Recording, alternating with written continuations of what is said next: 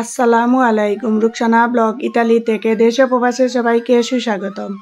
বিসমিল্লাহির রহমানির রহিম। আশা করি সবাই ভালো আছেন। আমিও আল্লাহর রহমতে ভালো আছি, আমার পরিবারের সবাইকে নিয়ে। আজ আমি আপনাদের সাথে শেয়ার করিলাম ইতালিতে খুব গরম পড়ছে, রোদ্রর তাপটা দেখরা তো আপনারা সাথে শেয়ার করিলাম। একটু ভিডিও কইরা নিয়েছি ঘরের দরজা দিয়া।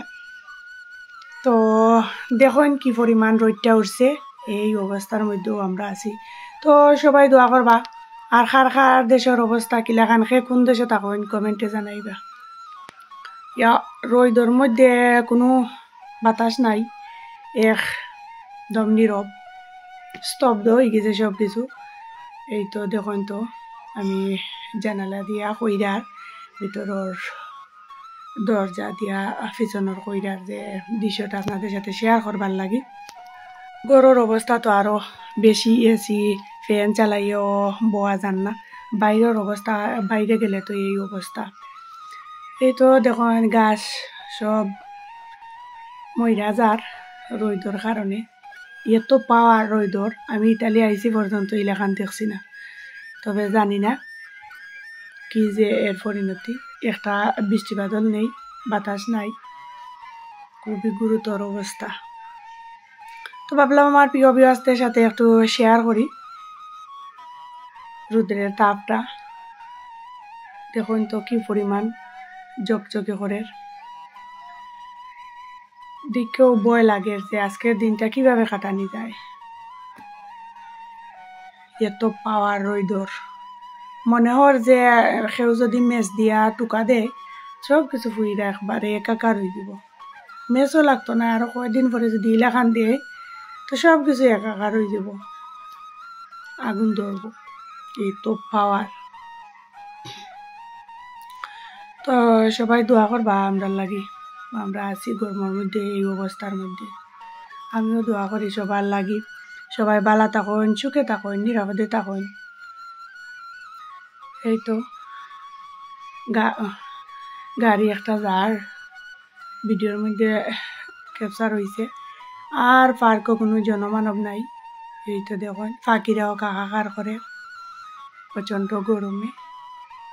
তো আর কি আর করার, তারপরে তো রান্না বাড়ি করা লাগে। তো আজকে লতা দিয়া চিংড়ি মাছ আর একটু শীতল চুটকি দিমু, আর সাথে আছে করলা ভাজি। এত কিছু যে রান্না করমু বয়ে আতঙ্ক, গরু এত গরম। তো যেহেতু আমার নিত্যদিনের ব্লগ, তো সবগুলো কথা আপনাদের সাথে শেয়ার করি পারিবারিক। এই তো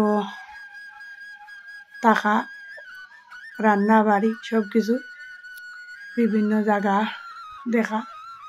তো ভাবলাম আমার ভিউয়ার্সদের সাথে শেয়ার করি আজকের পরিবেশটা। এই 2 দিন যাবৎ ভিডিও দেওয়া যান না, কারণ মোবাইলও সকালে টাইমে নেটওয়ার্কও পাওয়া যায় না, কি গরমের কারণে জানি না।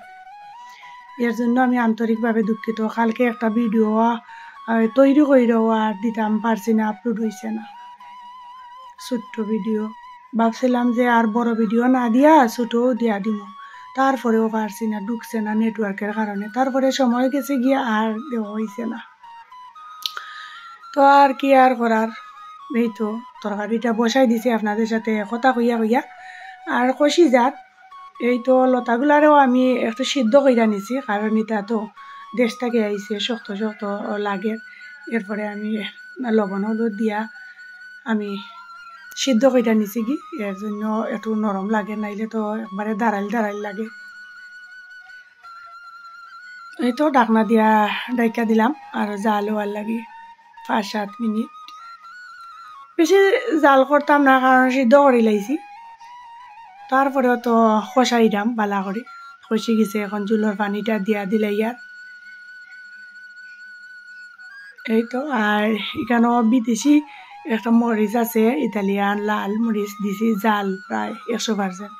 একটা খাইটা দিলাম ওই শুটকি আর ইসা চিংড়ি দিয়া যখন রান্না করমু তখন একটু জাল টাল বেশিও দিই। রাকিব তো আর খাইতো নাই, আমরা 2 জনের লাগি। এই তো অপর পাশে আমি চিংড়ি মাছগুলা আরও বাজা কইরা নিছি গি। এগুলো আবার দেশালি চিংড়ির মতো ছোট ছোট, এর জন্য প্রায় 350 টাকা এই ইসাগুলা। উপরে পড়ছে আর করার খাওয়া তো লাগবো তো কি বাঙালি দোকান থেকে নিয়ে আইলাম তো দেখুন তো এখন জুলোর পানিও দিয়া খসাই লিছি বালা করে সিদ্ধ হয়ে গেছে এখন এই চিংড়ি মাছগুলা দিয়া দিলাইলাম দিয়া আমি নাড়াচাড়া কইরা দিয়ার ভালোভাবে খসার লাগি আর আমার প্রিয় বিয়াসদের সাথে কথা কইয়া আর কি আর বয়স দিমু গরমে প্রচণ্ড গরমে অশান্তিকর অবস্থা তারপরেও দিয়ার কারণ ভিডিও না দিলে তো আর সব কিছু ডাউন হয়ে যাব ও কারণে নাইলে এক সপ্তাহ প্রায় দিলামও নানে তো হয়ে গেছে আমি অফ ক্যামেরাতে 2টা শুটকিও দিলাইছি গরমের মাঝে আর সব কিছু শেয়ার করা গেছে না অনেক মজা হয়েছিল খাওয়ার পরে বয়স দিয়ার অনেক মজা হয়েছিল কারণ দেশালি শুটকিও এরপরে চিংড়ি মাছ লতি অনেক মজা হয়েছিল কে আমার মতো চিংড়ি মাছ শুটকি আর এই শুটকি দিয়া খাইতে পছন্দ করুন কমেন্ট করে জানাইবা আপনাদের মূল্যবান মতামত রান্নাটা শেষ করে লাইছি এখন করলা ভাজির মধ্যে আমি এটা ইতালিয়ান ছোট ছোট দুইটা লাউ আর একটা আলু দিছি আর 2টা করলা দিয়া ভাজি কইরা কারণ এক জাত দিলে ভালো লাগে না 2-3 জাত দিলে একটু ভালো লাগে গরমের মাঝে সবজিও খাওয়া হয়ে গেল করলাও খাওয়া হয়ে গেল এই কারণেও 2-3 জাত দিয়া দিলাইলাম তখন তো করলা ভাজিটা হয়ে গেছে 2-4টা কাঁচামরিচও দিয়া দিলাইছি অনেক সুন্দর হয়েছে অনেক মজা হয়েছে খাওয়ার পরে তো বয়স দিয়া 2টা ও গতকালকে ভিডিও কইরা রাখছিলাম তো আজকে আবার বয়স দিয়ার ভিডিও তৈরি কইরার লেখালেখি কইরা সব কিছু কইরা আপলোড দিয়া তো অনেক মজা হয়েছিল অনেক মজা পরিশেষে